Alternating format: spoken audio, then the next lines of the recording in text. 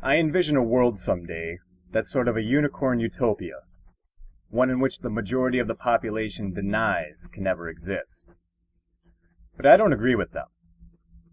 I believe in the possibility of that world, the world where love, compassion, and tolerance for all mankind, no matter what race, religion, gender, sexual orientation, country of origin, political views, is the cornerstone of our civilization, the cornerstone of our species. And maybe the naysayers are right, that such a world will never truly exist. We are all human, after all. But I refuse to accept that means we should refuse to try. In fact, all it takes is following the golden rule. Do unto others as you would have them do unto you. Treat others the way you want to be treated. Such a simple concept, yet somehow so complex in practice. Of course, there is no chance, in my humble opinion, of the world in which I speak existing today. This is a down-the-road end goal that will take a lot of work, a lot of strategically planned transition, and a lot of enlightenment to achieve. And as long as evil exists on this beautiful planet we call Earth, that unicorn utopia will indeed forever be a unicorn. However, if we are going to catch this unicorn, it certainly won't happen overnight. There are many phases along the way.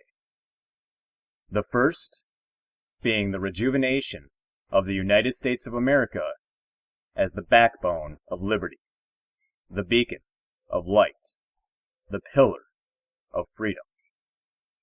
After all, it was Thomas Paine whom said, "The cause of America is in a great measure the cause of all mankind." And as I sit here reflecting upon this Independence Day, on this 4th day of July, in the year of our Lord 2016, I think about what some very amazing men accomplished 240 years ago. That freedom is always the ultimate objective. And 240 years ago, a major shift took place. The world was never the same since, because it had an entire nation devoted to ensuring that freedom would never surrender. And it inspired Winston Churchill to define the overall strategic concept as nothing less than the safety and welfare, the freedom and progress of all the homes and families, of all the men and women in all the lands. Take that to heart. All the homes and families of all the men and women in all the lands. I envision a world where there is something similar to the European Union on a global scale, except done the right way. There is a centralized government, but it is very limited and serves a very specific purpose.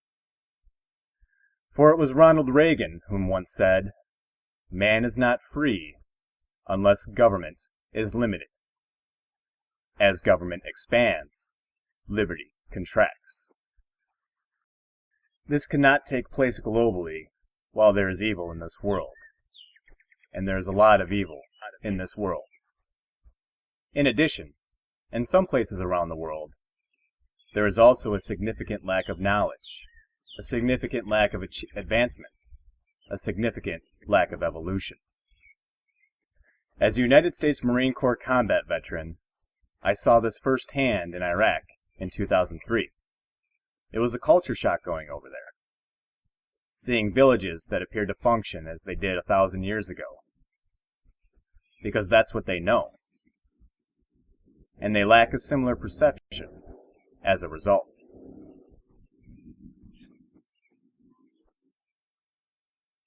This is the time.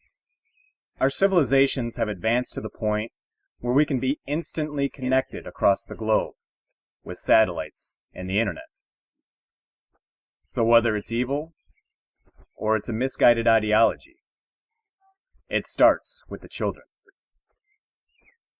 Think of the children in Syria right now and what their perception of the world is. If that is all they know, then the world will never change.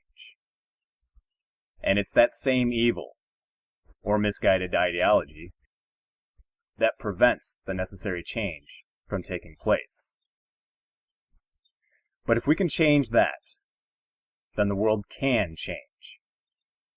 And if nothing else, I hope this will inspire enough to champion that change. Together, we can change the world and make it a better place for you and for me and for the entire human race. And it doesn't have to be a world of hippies in the meadows singing Kumbaya.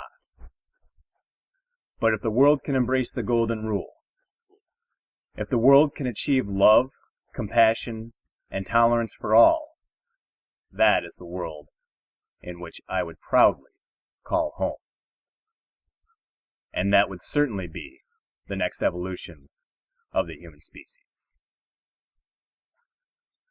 Thank you, and God bless the United States of America.